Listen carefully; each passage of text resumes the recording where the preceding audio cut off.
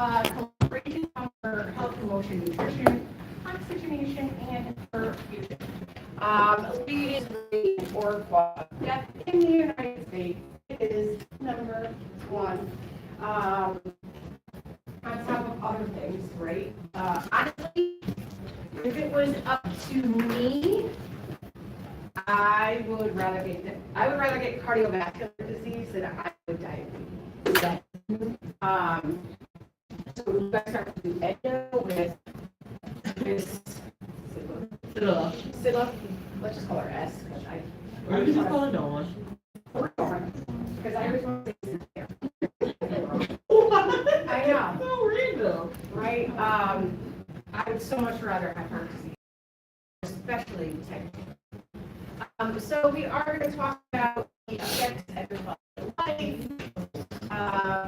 unmodifiable, modifiable, and unmodifiable factors, and important education. Guys, is high cholesterol a modifiable or a non-modifiable? 100%. A couple of you guys got that. You guys didn't click the cholesterol, but you guys clicked hypertension. Hypertension is not. It's modifiable. Oh. There's things that you can do to lower your blood pressure. There's things that you guys can do to lower your cholesterol. They're modifiable. Okay. But if it's like a genetic disorder, you can't change that. That's the only one I should have checked. Moving on. Arteriosclerosis. We are back to the milkshake straw. So here it is. This is what we are talking about. This is our artery, right? So these all pretty much look the same as far as the artery itself. However, it's this accumulation that is going to kill us. That is the milkshake that is left in the straw. It sticks like that. It doesn't move. It's thick. So when you start to think about buildup in your arteries, this is what it's going to look like. You're good. I'm just going to pretend like she has to do it there and she can't come in. Hey, did you punch your thing? I'm sorry, I'm trying to hold it. Okay. It was the. No, what? Is that the? You can't see me? You remember that? Right? That we just broke balls by yesterday. All right, so it is a type of arteriosclerosis, plaque that forms in your arteries, and believe it or not, depending on the diet that your household has, it can start to form in childhood, which is crazy. Like, we have all these obese children that are out there now that we didn't have, let's say, 50 years ago. It is going to be a big thing for them. Do you know that a lot of kids have surgery? Bariatric. Especially Medicaid, in the Midwest, paying for a lot of these kids to get bariatric. I'm not mad at it. Do you guys know that bariatric surgery, the way that they reroute, actually, if you have type 2 diabetes, in some instances will eliminate the diabetes depending on how it gets rerouted? Yeah, so some people, it's not approved, but some people, once it does get approved, let's say, could actually bypass diabetes with gastric bypass. Keep an eye out for it. We'll see what happens. All right. So let's talk about the pathophys buildup in our arteries. So, let's see.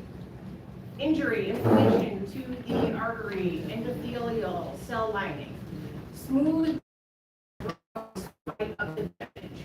Collagen and fibrous proteins are lipids, platelets, clotting factors, accumulate, and scar tissue replaces of your arterial wall. All right, so there's early fatty streak, there's your plaque buildup, reduced blood flow because of that buildup, and then that plaque itself develops calcium fibrous caps. Those caps can then rupture or tear, then we have blood clots, And then we have to worry about that breaking loose, and then, you know, of course, we have stroke and other ways of dying. Tell me non-modifiable risks. Age, gender, Genetic predisposition. Okay. Being black. I can almost guarantee this is gonna be the question. Like AT, I love this stuff, so I can almost guarantee.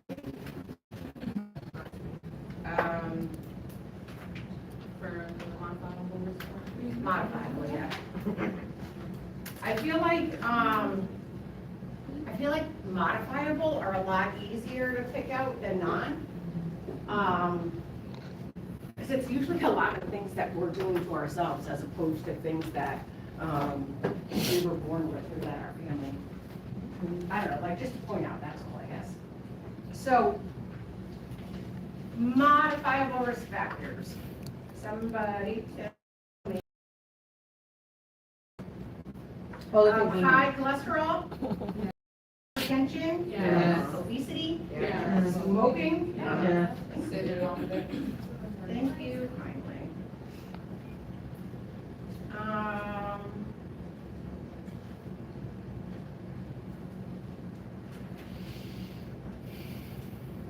All right, so some diagnostic testing. So if you guys want to know about your cholesterol, your bad cholesterol, your happy cholesterol, your risk of cholesterol, these are all going to be the blood tests that they are going to order.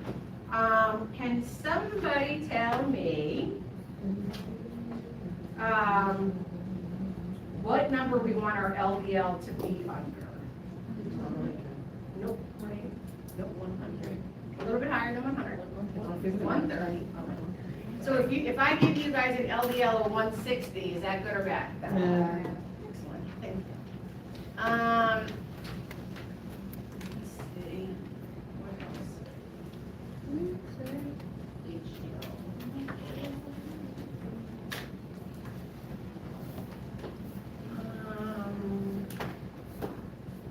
These are some others. Do you guys know what triglycerides? What number we want those to be at?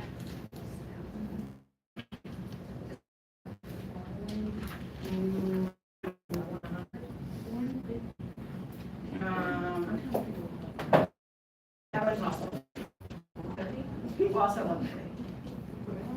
Who would have thought? Who would have thunk it?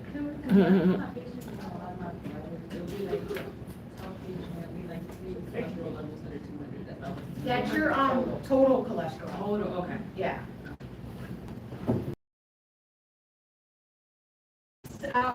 Diet, which is also called heart healthy diet. All right. If they're smokers, we're gonna ask them not to. If they're not exercising,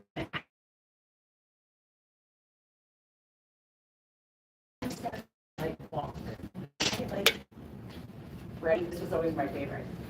Why don't we park like in the back of the parking lot and then just walk in? We'll take the stairs instead of taking the elevator. You monster.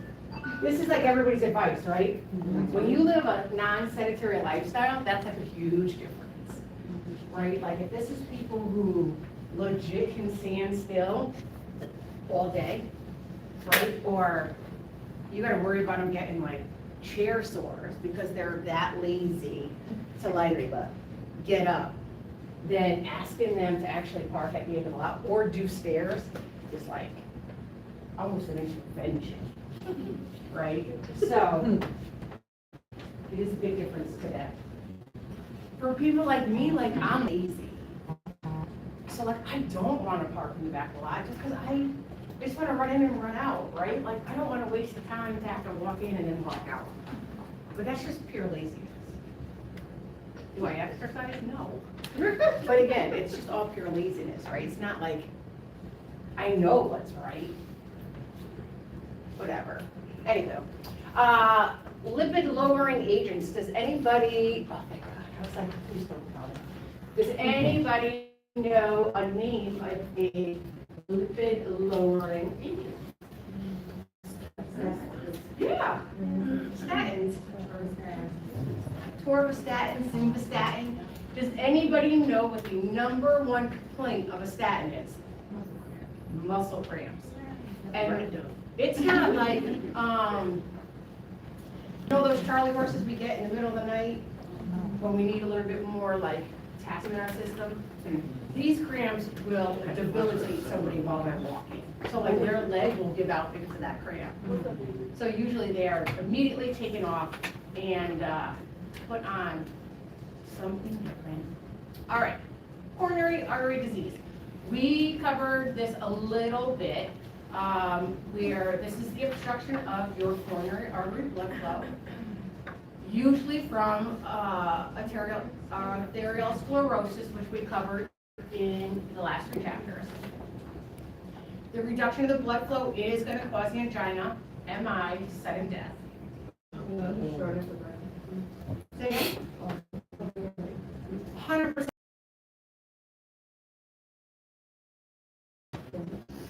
Say again? Yes, exactly. All right, so modified risk factors. Don't smoke, have a low cholesterol diet, lipid lowering agents, a normal blood pressure, normal sugar. If you are diagnosed with CAD, they're going to give you an 81 milligram baby aspirin. That is going to be their first line, let's say blood thinner, but really it's more of like a heart attack preventer for anybody that kind of has this, let's say these risk factors that go into play along with the non-modifiable.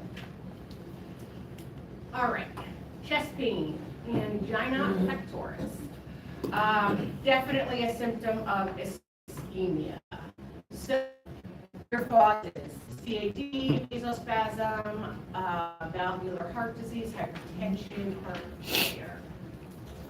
So what happens during chest pain? So your narrowed blood vessels are unable to dilate. If they can't dilate, they can't carry the blood and oxygen from the heart, cause your MI, and then the ischemia is going to cause. So if you're not getting the blood and the oxygen, and now you're starting to have ischemia, we are talking about chest pain. So, for stable angina, there is going to be pain. It should stop with rest and or with a dose of nitro. And it usually occurs when there's some type of exercise or exertion going on. Unstable is where everything that is unpredictable is going to happen. So the pain is unpredictable. It occurs when there's less exertion. It could happen at rest. It could happen when you sleep. It is not relieved with your nitro, and it's usually caused from a blood clot that is reducing your blood flow, and that is going to be your MI. All right, there's another type of angina that you guys barely are ever going to hear about. It's called variant. This is actually due to when your heart is actually having a spasm. The pain itself is going to last a lot longer. When people talk about chest pain, it's like, especially like with exertion, they're going to like stop and kind of hold on to their chest. Let's say at the rest, they can breathe through it and it'll go away. When it's unstable and you're just getting it randomly, there's really no cure for it. This variant is when, let's say you are at exertion, like you stop and kind of grab your chest and you're breathing through it. Even after you breathe through it, that pain is still going to be there. So it can happen at rest. There is a pattern to it. It usually will happen at the same time at night, determining like what you're doing, let's say at that time. So you could be watching Wheel of Fortune, right? It's like whatever the 7 o'clock hour, whatever is on it. I don't know if it's Wheel of Fortune or Jeopardy, but like back in the day, we used to do those things. It would happen. Or Jeopardy. Because a lot of people would come in and say, that it was when they were doing something that like caused them a little bit of stress. Washing dishes, they could have been putting pots and pans away. I only use Jeopardy because like I remember when I was in school, somebody used an example of Jeopardy, like the husband would get so amped up on trying to have all the right answers that like, yeah, he'd end up like getting his chest pain and like the wife was like, see, you're getting yourself all worked out. But that's very.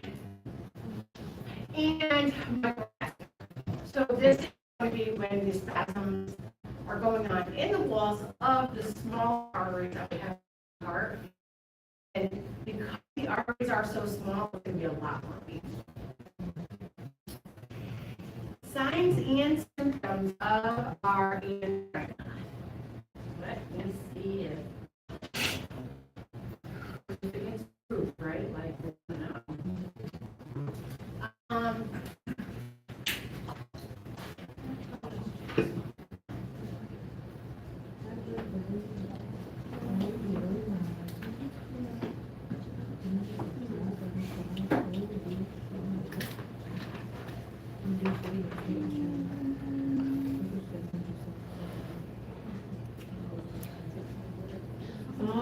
Jesus.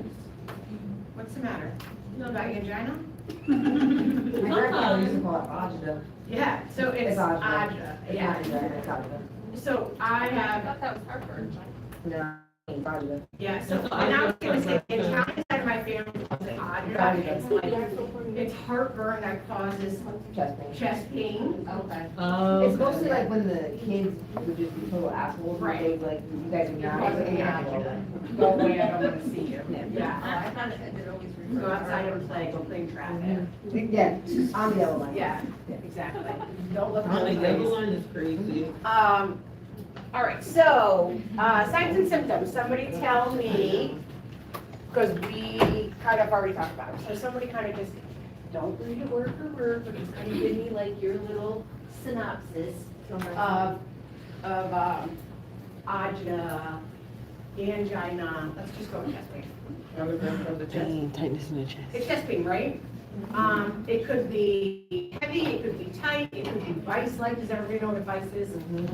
Vice grip. It's like, That's what I'm thinking. Well, that's what I'm thinking. crushing Vice. pain in the center of your chest. Radiating pain, huge for women. Huge, huge, huge. Women will ignore this because they're just like, ugh, I'm just stressed. I have like a pulled muscle in my neck.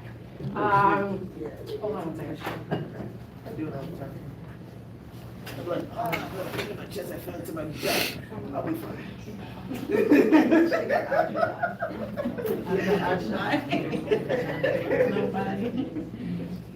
Yeah, all right. I'm glad that there's a name for it.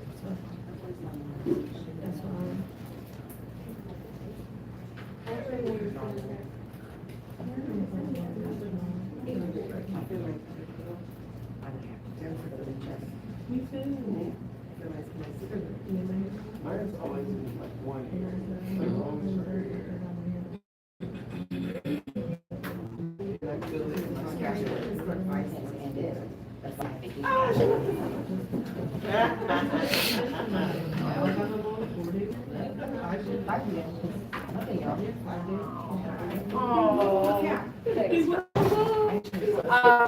Okay. So, where were we? Oh, radiating, right? Women. No, This is actually, so, this is the number one reason why women actually lead the category of cardiac bypass over men, which is pretty much like, well, if we did like a quadruple bypass, I suppose that would be the worst, but women are the leading contenders of heart damage that lead to bypass surgery because they ignore the signs and symptoms.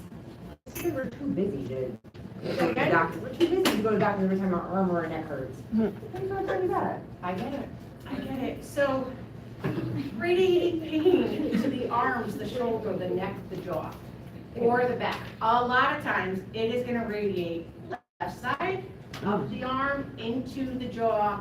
You will actually get shoulder pain and ear pain.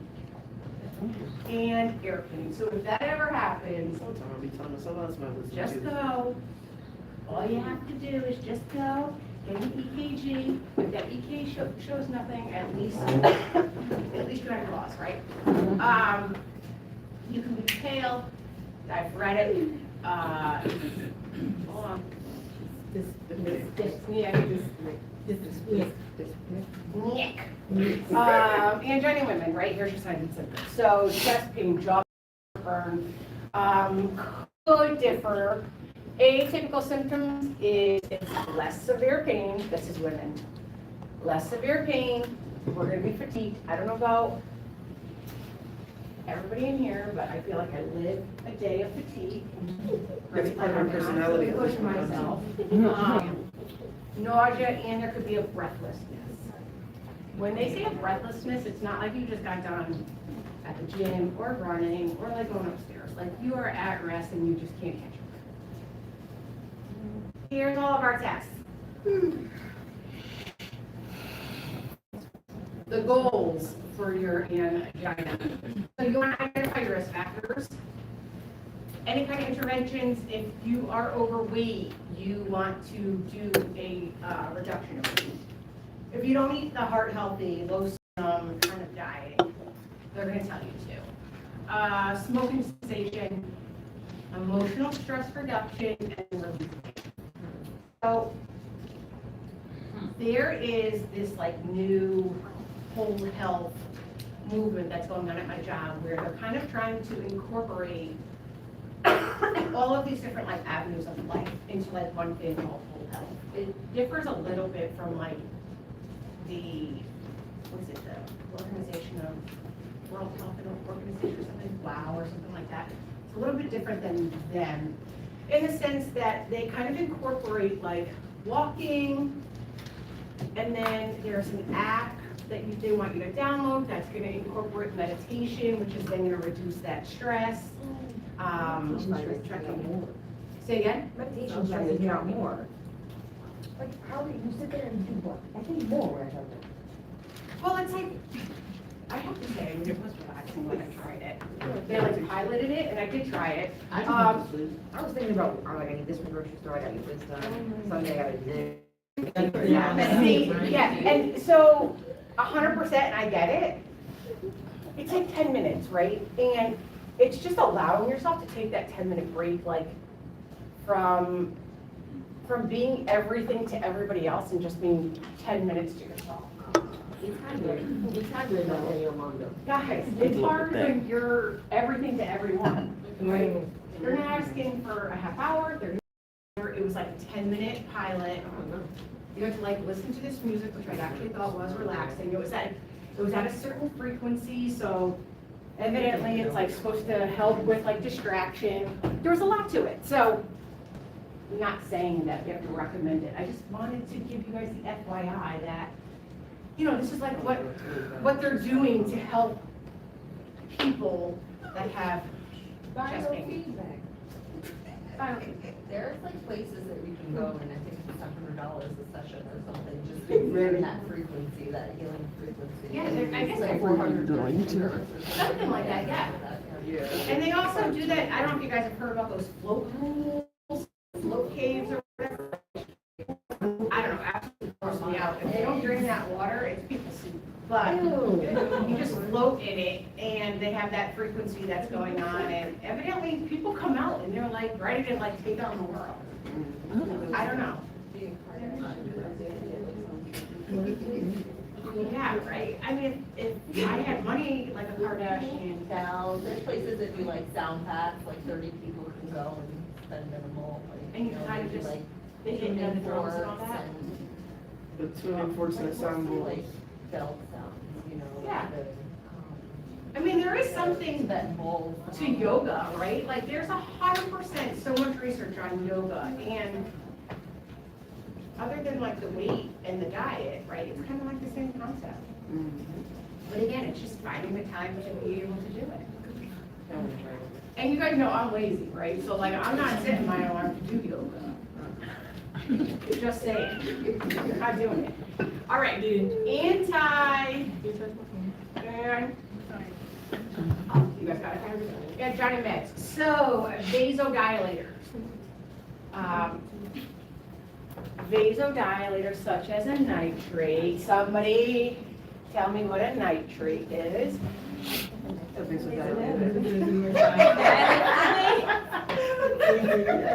you say? I'm ignoring these two. Look at poor mom, like, I wasn't even part of I it. wasn't even I knew it. Somebody tell me what a nitrate is. We get one every 5 minutes for 15 minutes. Who said nitro? Well, you have to talk over these wise guys. Don't forget, we got this dirty ass fan filter. Thank you kindly. Beta blockers. Yeah. I think it's, I feel like it's normal sound. I just don't know why they have it like where your instructor is supposed to teach from the class, right? Like, which is probably why I like it back there with you guys, because it's like actually quiet. You don't hear that rattle. Thanks a lot. Okay. Oh, I'm sorry. Are we keeping you up? Do you need a? No, Michelle just yawned, and it made me yawn. You know what that's a sign of? Not being a psychopath. I didn't yawn. Swear to God, I am not. No, yawns are contagious. Yawns are contagious. If you are actually talking to somebody and they're yawning, it is supposed to be contagious. It's when it's not the actual sign of a psychopath. So, it's just, here this yawning. Not being a psychopath. Almost try to hide it. Forcing out a yawn like, All right. What slide are we on here? 28. Okay. I'm having fun today, guys. This is like hard shit. So like I feel like we're in it. You guys want to talk about it? I feel like we're in it. Like we're not all falling asleep like death by PowerPoint, even though it is death by PowerPoint. Right. You're killing me. Who has to go pee, take a phone call, smoke a bud? What do we got to do? Anything? A singular bud. Bud. Oh, I thought you said a bud. Somebody like, let me go to the car. Are we continuing or you guys want to break? I can keep going. I Yeah. told you like it already. You gonna harass me when I turn it into her. Okay. Yeah, you guys are good. I'm just gonna continue on for those that don't want to go, okay? All right, so, anti-chest pigments, beta blockers. Number one that you are gonna see is metoprolol. You'll see metoprolol on board pretty much for every patient that either has a blood pressure issue or a cardiac issue. This is like first line. So these are gonna be your beta blockers, these are gonna be your LOLs. That's the band, LOL. What else? Calcium channel blockers. These are your mils and your peens. So something that I do want you guys to remember, blockers. No Viagra. The number one complaint, adverse reaction to your calcium channel blockers, especially your verapamil, lisinopril, like especially like these are going. No, lisinopril is our ACE inhibitor. Verapamil, diltiazem, it's going to be nausea.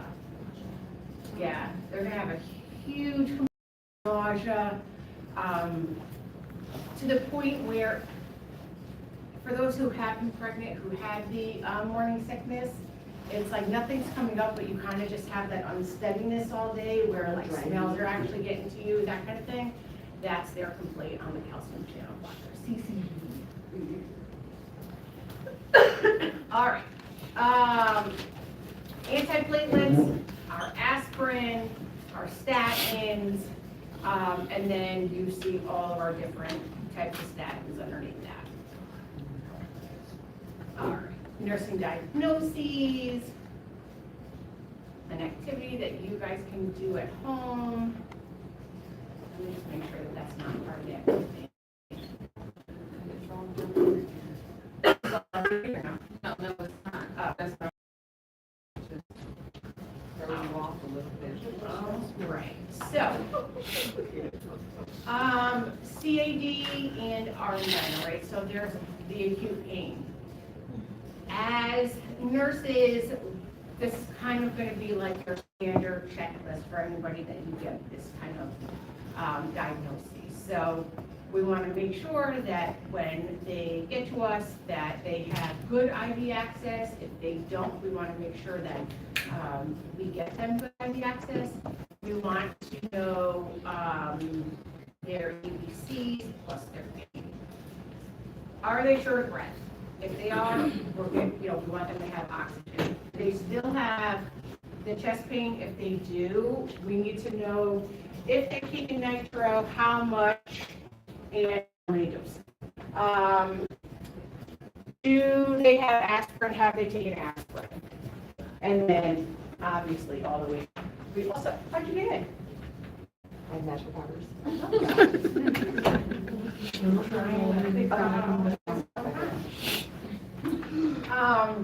Also, when we have a chest pain patient, they should not be left alone. There is a lawsuit going on right now. Our 2 nurses are being sued personally for a 60-year-old father who they were his ER nurses, and they were the nurses with him in the ER where he came in for chest pain. He was being worked up and treated for a heart attack, and they went on break. He was left alone. He had a heart attack. He came back and he was dead. Oh my gosh. So we want to remain our patient, and as they are complaining of the chest pain and all this stuff, and we're trying to do everything that we can for them in the time frame that the doctor is giving us the orders. We want to make sure that we're kind of relieving that anxiety that they're having, right? Because that's only going to contribute to that chest pain too. Anybody have any questions yet? Yes, I got a question. Talk to me. You said I got chest pain, and they just said, bye, we going on break? Did I miss something? Oh, there's no, so he had already been in there for a while, and there's orders, and they're probably getting his tropes, and they're doing all this stuff, but they were supposed to have coverage. And whether, I don't know, whether they weren't rounding on him or whatnot, when somebody comes in for chest pain, breaks really should be delayed. Yeah. Unless you have somebody that's gonna be sitting there with your patient, it should be delayed. They should never be alone, period. Especially if family's not there yet. If nobody's there to hit that button to say, here's a code, I need something, then now you just injured your patient. Deficient knowledge. So you have this patient, they come in, what is going on? Is their pain too significant to where they can't learn? Right? If that's the case, we're going to wait until they feel better before we start telling them about what's going on. When we can, we just want to give them what's significant. We want to tell them why this is caused, what the risk factors are, if any of them apply, how he's going to manage, what medications are going to go in. And then usually social workers will also come in, and they're going to give them that kind of resources for, I think if, let's say you take Medicare, they're going to give them information regarding silver sneakers. I don't know if you guys have heard of that. I think it's people over 65 or at least, let's say, who's on Medicare, where it's a free gym membership. It's called Silver Sneakers. So they're going to give them information regarding Silver Sneakers. They're going to give My them, parents had that. what happened? Yeah, my dad has My one. parents. Yeah, right? I think it's a Medicare thing. Yeah, I think it's he uses through Planet Fitness. Say again? I think he goes to Planet Fitness. My mother Yeah. goes to LA Fitness and she has a personal trainer. Right, and my mom did that too. And then I think they paid a certain percentage, so my mom ended up going to some Pilates gym, right? Because she didn't like the personal trainer. I think she just couldn't lift the weight, right? That's just, I just think that it was just not the right gym for her. And my aunt this Pilates gym in Bridgeport that also offered yoga, it's still there. And they ended up paying 30% of it. So like, right, so like if they're gonna give you, let's say, however, 200 or 250 maybe, or 300 bucks a year, right? Like, that's all they're gonna give if you wanna go to a private establishment. Regardless, a lot of people on Medicare don't even know that they have that benefit, you know? All right, so acute coronary syndrome. So this is what is included with, when you end up with an MI, but it's also unstable angina. Tell you, is that book still where you studied last time? Yeah. Oh. She got pretty far. Farther than I thought. All right, we talked about MIs. We talked, right, and remember we talked about a non-STEMI and a STEMI? Yes. Okay. Does anybody remember? Here's the two. So we had the non-STEMI and we had a STEMI. I remember chapter maybe 1, the first chapter of cardiac, and I was like, oh God, we're gonna get to it. Guess what? We're getting to it. So, does anybody remember what I said regarding the non-STEMI and the STEMI?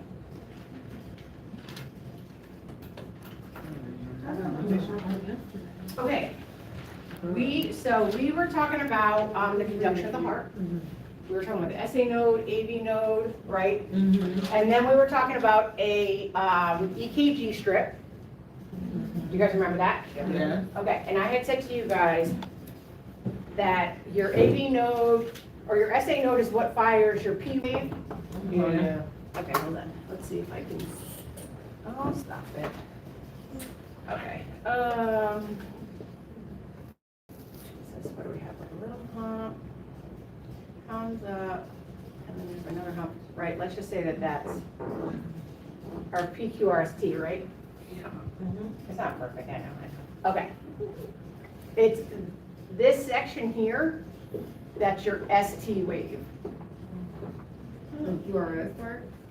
Say again. Is that the QRS part? No, baby. It's your ST part. What's the QR?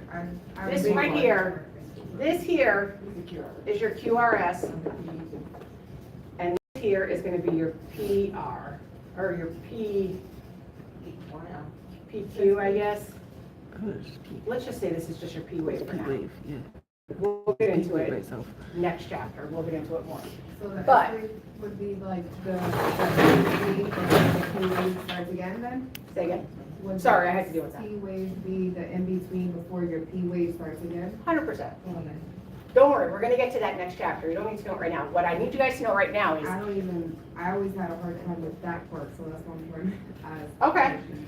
So this, just by viewing an EKG, is going to tell you if they're having a non-STEMI, an NSTEMI, or a STEMI. So this is normal, right?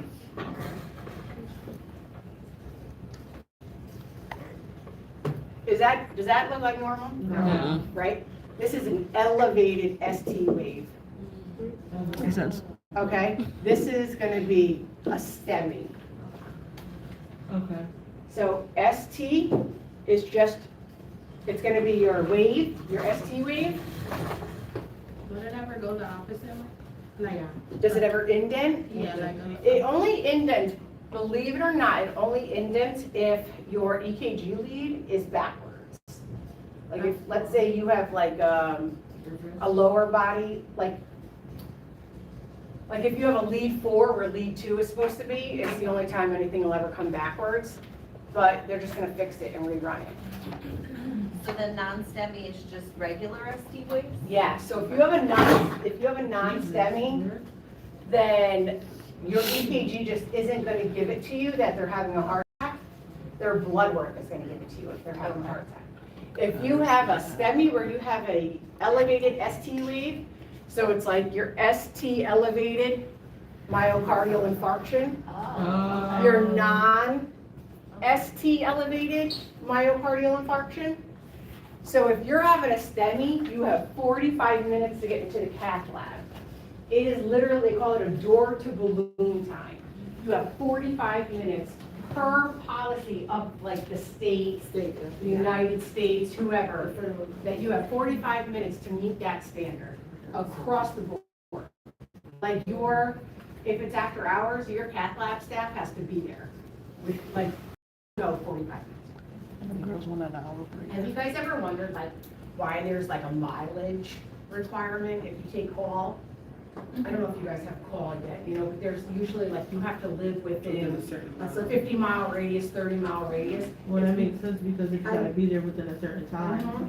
you can't be traveling from West. Come from Stratford going to Stanford. Exactly, and that's why. And before you get hired for a job, they're gonna verify your address. They will run it in MapQuest, they will do whatever. They, like, Not a good swear. GPS. So like, the cath lab techs, one of them ended up moving, and now has to like sleep at her parents' mother's, wherever, when she's on call, because she's outside the 50-mile radius. So that's how, like, because she was already hired. All right, silent ischemia. So this is like your silent death killer. You're having a heart attack and you don't even have chest pain. You had no idea.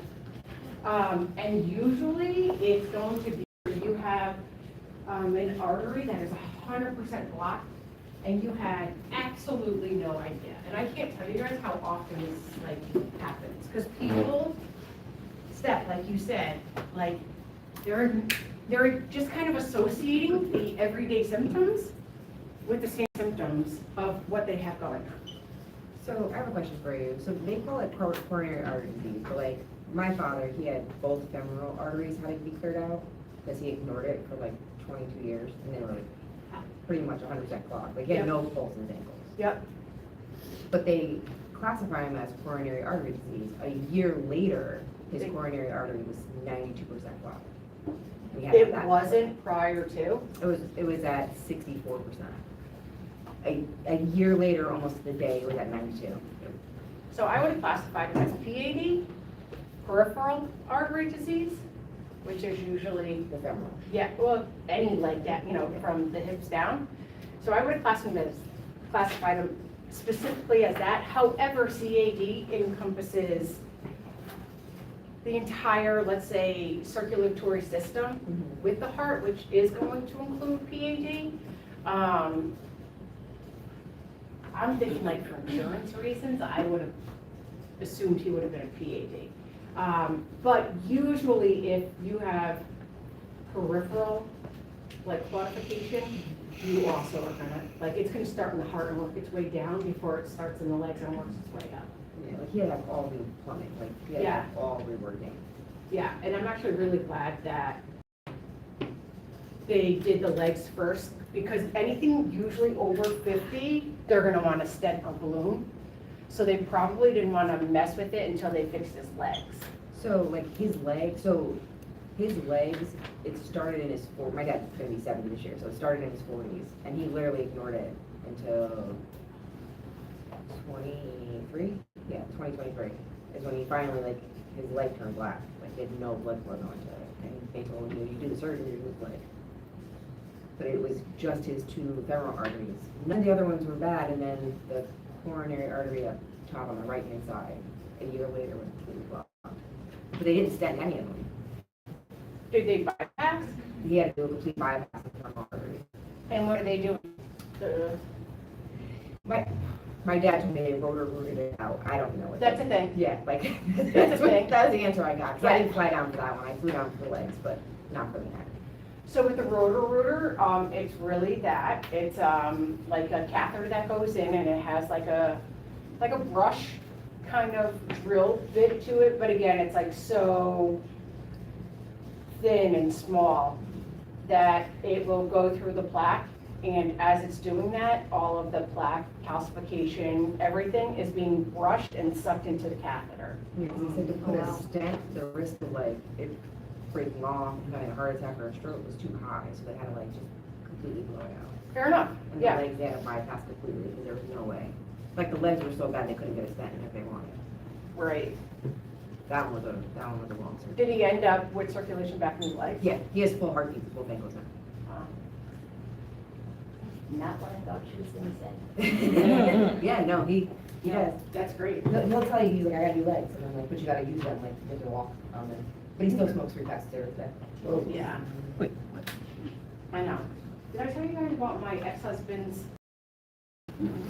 So, my ex-husband's father ended up getting a heart transplant, right? At, I don't know, 60-something. I mean, I was married like 20 years ago, so. But let's say he was like 60-something. He got like a 20-year-old kid's perfect heart because the kid was in a car accident over in, like where Penn State was. This is like a long time ago, and I used to live in Philly. Anyway, so keep going. So he ended up getting this really young kid's heart, whatever. Do you know that he still smokes? I can't tell you. Like, granted, the marriage didn't work out anyways, but I'm so resentful that like I started taking my resentment out on my ex-husband. Because I was like, how do you allow that? How do you not say anything? How do you just ignore that? Like, somebody died to give him life. Like, okay, he didn't die just to give him his heart, but like, somebody's family tragically lost their kid. Somebody else would have taken We'll better take care care of of it. it. And then he would show up to like all those, shouldn't be this bitter. He would show up to like all these transplant things and like the family of the kid's heart would be there and they'd have conversations and he'd be so thankful and I'd feel like, fucking asshole. I would be like that guy from Family Guy, hey, this guy's a phony. Like I will never, I guess I'll always be resentment about, or, you know, we're very resentful about that because I was like, that heart could, he's dead, but. And he died with it? Oh my gosh. Of course he did, but here's the thing, he probably could have lived a lot longer. You know, his mom, who was like obese, sedentary, I didn't have high blood pressure, she drank a lot, she was Irish, so like, it was just like in her blood. She outlived him, and he had a new heart, and he ended up dying of a heart attack. No way. Yeah, I probably should have kicked it off in the story, but yeah, he ended up dying of a heart attack. So you're telling me a 20-something-year-old, let's say he was a 30-something-year-old by the time his dad died, you're telling me, no, I'm just saying like 40, let's say the heart was 40 years old. You're telling me this kid's heart that might be at the age of 40 is what killed you? Like, when you do the math, like, it's just not math then. You know, it's just not math then. And like, again, all these risk factors that like, nobody wants to take serious. Well, how old was the You dad? don't have to worry about that with your dad, what? How old was the dad when he died? I don't even know. I wasn't like a mini one. 80? I don't think so. I don't think he made it. I know the mother made 80. Because like, you know, I remember on social media seeing how like, it was the alcohol that was like sterilizing everything to keep her alive. It was like the joke that they, you know, had posted. But again, I also didn't realize that some of my family was like still following him. Right, so I was thankful for the intel when I got it, but I was like, oh, that's too bad. Oh, well. So anywho, smoking is just really hard to stop.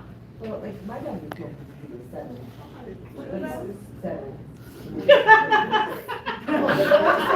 That's just how they work.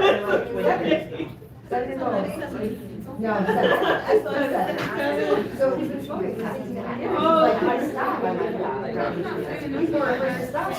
You said just 7. Yeah, no, just 7. Just 7, yeah. I mean, he knows a life, he doesn't know a life without it. Right, and he's like, Yeah. 63 years of smoking, you're gonna tell me if I quit now, I'm not gonna drop that of a heart attack? Right. So like, his The damage is done. Right, Like, I everybody's have living bigger out. fears of any, he gets smoked in every year, and I look in not a single spot. Like, he was being about emphysema, COPD, nothing. Right, so he's blessed in other areas. Yeah, it's just. Knock on wood.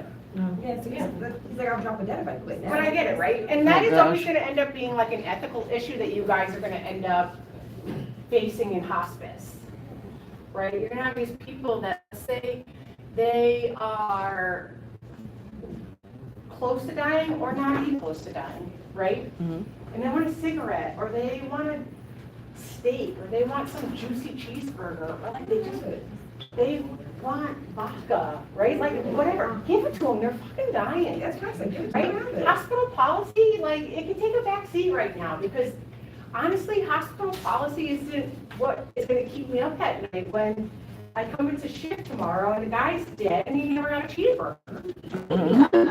You know, it's really hard to like take on those patients and not think about your grandparents, your parents, whoever, right? And when you think about it, you're like, they had a whole life of cheeseburgers, that's why they're here, right? They had a whole life of drinking. Like, yeah, like they had a whole life of like, let's say not following the rules or not knowing the rules, right? Because up until, let's say, the last, 10, 15 years? Put in the same perspective, why stop them now? Exactly, right? And medicine has come so far, now I feel like we're all starting to learn all the rules and stuff like that. Like, no, I'm not gonna be like, I can tell you what you should do. But you're a grown-ass adult, whether you're dying or not. Like, these are your decisions to make, right? And if that's the decision you want to go outside and have a cigarette, I'll take you. Like, you may not live tomorrow, I'll take you. If you end up dying while having a cigarette, So, just make sure that you don't want to resuscitate. Something. Right? I don't mind doing CPR while you have a cigarette in your mouth. That's a good goal. All right, how are we doing? Do we need a break? Keep it moving? What's going on? Keep it moving. We're good? Keep it? All right, so MI. So we already talked about our non-STEMI and our STEMI. So an MI itself is the death of the heart muscle. So this is why they call it like a heart attack, right? The issue with the heart muscle is, yeah, it's like it's dying a very slow death, but we have to get the circulation back into that part of the muscle that is failing. So here, if you can see it, I know it's in the book, it's in the PowerPoint. So here is what we are dealing with here. You guys know that necrosis is the medical term for the death of anything, whether it's tissue, muscle, whatever. Okay, so that's what we're talking about. So when we are looking into the artery, we are looking for the areas that are going to be necrotic. So anterior view, your posterior view. All right, so your signs and symptoms of an MI, again, so same as angina, it's going to be like this crushing, vice-like pain radiates. Again, they are going to be sweating, they could be dizzy, they could faint, dyspnea, nausea, and there could be this restlessness that's going on. With heart failure, if you do start to listen to the lungs, you're going to have an extra heart sound in your S3, S4. You guys aren't going to have to worry about all of that for NCLEX. That's really if you guys end up on a cardiac floor and you start putting cardiac training. That's when you're going to start hearing a lot more about heart sounds, the beat sounds, and then also the different sounds that you're going to hear, let's say, in the lungs. But you guys should know, let's say, wheezing, crackles, stridor, bronchi.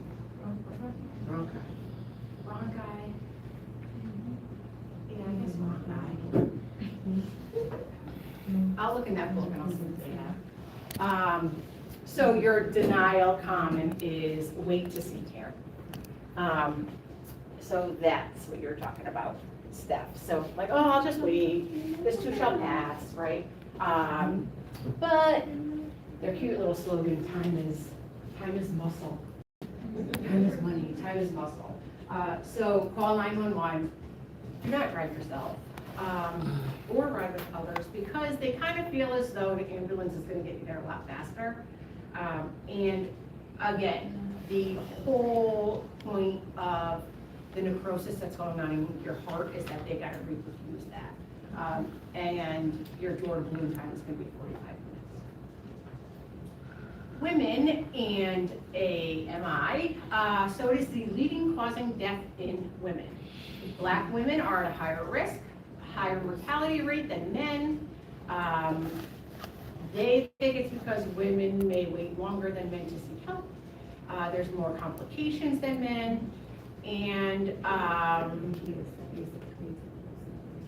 say it again? Oh, 100%, right. And then your prodromal symptoms the month before your MI could be unusual fatigue, sleep disturbances, and dyspnea. Oh my gosh. You could have atypical symptoms, which is what Janice just said, and it's given less aggressive treatment. All right. So signs and symptoms of atypical. No chest pain, dyspnea, fatigue, anxiety, chest cramping, which could be considered epigastric or abdominal pain, which if you are a woman who has not gone through menopause, you might just think that it's period pain. Restlessness and falling. The 4 Fs? Tell everyone. Let's talk about the 4 Fs. 40, female, fat, fertile. You haven't heard about that? No, but I'm not mad at it. They say you're at risk for like epigastric gallbladder issues once you hit the 4 Fs. Oh.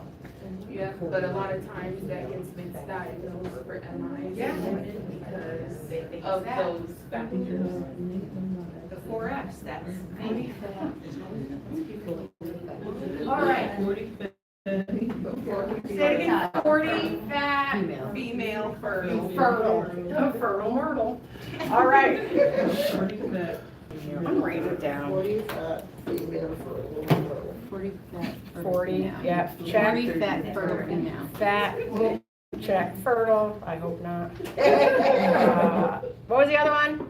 Female. Female, Check. fertile.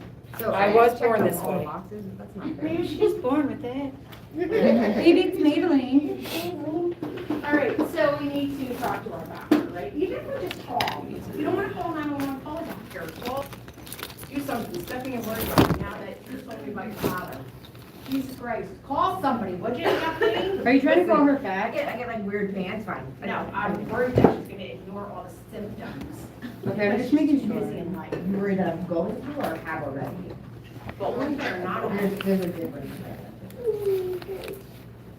Report to your healthcare provider. call your healthcare provider. I just had a full workout. I'm fine. My liver's Oh, all right. fine, everything's fine. She had a full workup, so now we know. Because believe me, I'm 40, I'm fat, I'm female, and I think I might still be fertile. My tubes are tied, but they're probably still. Girl, we were in the same category. I'm seeing we do. I mean, we're all hoping we're not fertile, but here we are. All right, shortness of breath, fatigue, fast and slow heartbeats, and chest discomfort. You could be having a silent MI. Collateral circulation may offer protection. Okay, so for your diagnoses, we have to consider your patient history, which is why I said your father, like, that scares the shit out of me. So, diagnoses test, so we're gonna start with the EKG, right? Like, what kind of MI are we having? Then they're gonna be pulling their tropes. Then we have our CKD, myoglobin, CRP, magnesium, potassium. Oh, shit, I wish I remembered this. All right, I don't have to look at my shitty arm. So, here is our ST elevation, right? This was your inverted that you were asking, right? Was it Janice that asked me? Yep, so here's like your inversion. And then it's the next lift, right? Say it again. Whatever the first lift after. That's gonna be your P wave is your next one. right? So like this is technically your T right here. Uh-huh. And then if we were to go on, it's gonna start a new one. You're gonna have your P wave again. It's what you said earlier. So where's the ST? So it's just inverted. So technically, this is what it should look like, Okay. right? So that would be the one that's a stunning, Yes, elevated. you got it. So if it looks like B, it wouldn't, it's No, if it looks like non-stunning? B, they need to switch their leads. Oh, Backwards. which one would be a non-stunning then? It's not on here yet. Oh, okay, never mind. Yep. I don't want to get confused. Nope, you're good. All right, so we talked about that. Oh, all right, so anybody who does feel like they are having a heart attack, let's say it's not chest pain, let's say they think they're having a full-on heart attack, right? I think it's part of your Mona too, isn't it? Like, isn't aspirin the last thing? Yeah. Yeah, so chew an aspirin. It could be 325, it could be 481s, but get a full strength aspirin and chew it so that it absorbs into the mucosal areas a lot faster. Call 911. If that aspirin hasn't relieved the pain, let me tell you, it's not gonna relieve the pain, just call 911. There's an aspirin is gonna relieve pain in 5 minutes, right? If that's the case, it's the same as morphine, right? So call 911 as soon as you start taking that aspirin. All right, therapeutic intervention. So the goal, restore cardiac perfusion within 90 minutes of arrival. So that technically, again, door to balloon time, right? You have 45 minutes to get into the cath lab. The cath lab now has 45 minutes to get that stent or balloon deployed into, if you're a candidate, into that artery. So technically, from the time that you arrive, get there and get your balloon, we're only talking 90 minutes. Invasive procedures. So, invasive is your balloon, and they might say, oh man, this person is not a candidate. Step your dad again. He is not a candidate. We cannot place a balloon in. There is absolutely no opening where this balloon is even going to inflate a little bit. And this blockage is so bad, I can't even, there's no room for me to like get the stent in. So if that's the case, there's gonna be absolutely no intervention at that time for that person. They're 100% gonna get admitted. There's a, let's say like a board, like a cardiac board, they meet every single day. And they discuss cases, and then they discuss what's best. And they'll pull up the images of when they started the cardiac cath, they'll pull them up, they'll show the blockage, and then that's when cardiothoracic is gonna get involved and say, all right, we'll take them tomorrow morning at 5:30, and that's the case that gets put on immediately. And that person, that patient is immediately a one-to-one patient. One patient, one nurse, that's it. And they are like hawk-eyed stalked until they leave to go get that procedure done. Yeah, they made my father go in. Like immediately, they had Yeah, so openings. he had his, like, cause they scan him honestly. Yeah. And when they called him with the scan, they said, you come to the hospital right now. Oh, so he didn't arrive in the emergency room. No, cause Okay. they were monitoring it after his legs. So he went for a scan. When they called him that afternoon the results, they said, you get here now. And you cannot. You're not You have to be watched. Cause they couldn't get him in cause he's not a candidate for that stuff. Right. They couldn't get him in until the next day. They're like, you could literally die overnight. Right, so you're coming in. Yeah, so Yep. he had to go. And then there's thrombolytics, right? Thrombolytics, we can only give at the onset, right? It's not something that we could give, let's say, a day later. So those are definitely time sensitive. Here's our balloon. So, Is that like TPA? Sorry. yeah, Okay. so let's say, you guys learned about that? Yes. I'm talking to you guys like you guys know what I'm talking about. Okay, this is calcium, this is our milkshake, right? So here's all of our buildup here. You can see, this is a balloon. When it's first put in with the catheter, this is when it's, they call it deployed, right? This is when it's blown up. And then this is what it does to the buildup. It like pushes it into the arterial wall. So it starts here and it ends here, right? when you have like a complete block, this is all filled, like we can't get anything in there, period. See a stent, perfect. Here's a stent. Inside a stent is a balloon, right? That's how we actually get the stent to deploy out. So what they're gonna do is they're gonna put it in, deploy the balloon, and then it creates the bulge here going on in the arterial wall. Eventually, what is gonna happen is the stent, the stents themselves have drugs that are kind of like in the stents, and it starts to eat away and like dissolve the calcium, that's the buildup. So this eventually, your bulge is eventually gonna come back down, but it's all on the outside of this stent. So anything, any kind of calcium or buildup, fat, whatever, that attaches, it's just gonna be dissolved. It's called drug-eluting stents. So can the stent get reclogged though? Sure can, it sure can. And they're just gonna go back in, and they're just, yep, they're gonna take out the old, put in a new, and it happened to my mom twice. You know, like when you have like, you're like pre-existing kind of conditions, right? Unless you get all new arteries, they can only fix what they can fix, right? So, and that's always gonna be a risk, which is why they ended up introducing these drug-eluting stents now. But eventually, the drug that's already coated, it's gonna run out, right? So then that's when you have to worry about it, you know, getting, what do they call it? There's like a whole term for it. And then they're just gonna pull it out, put another one in, and the drug will start using again, and eventually you're not gonna have to build up anymore. Or they'll piggyback it, right? So like, let's say this entire thing is blocked.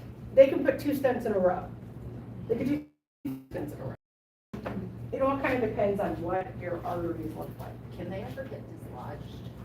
Like, can they move? No, they do not move. Okay.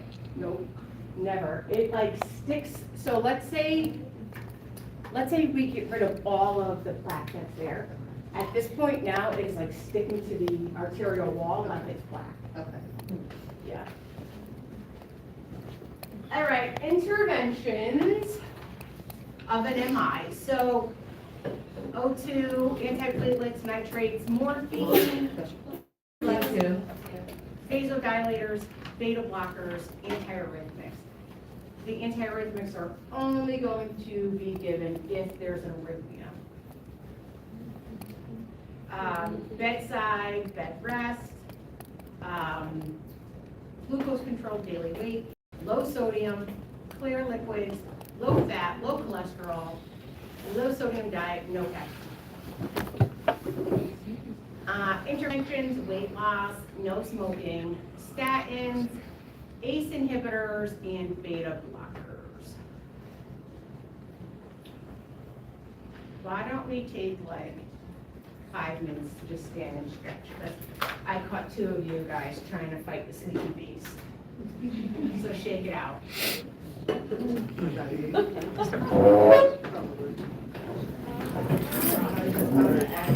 love how we didn't check this time.